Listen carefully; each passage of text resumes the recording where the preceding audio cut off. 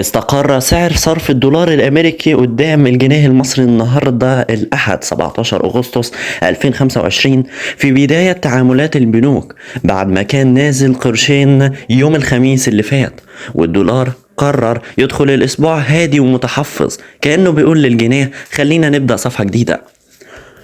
وبالنسبة لأسعار الدولار النهاردة في البنوك المصرية فهي كالتالي: في البنك الأهلي المصري 48.28 جنيه للشراء و48.38 جنيه للبيع.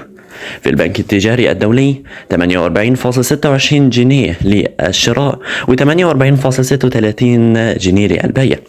في بنك مصر 48.28 جنيه للشراء و48.38 جنيه للبيع.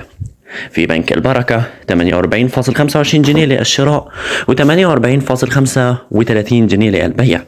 في بنك الإسكندرية 48.25 جنيه للشراء و48.35 جنيه للبيع.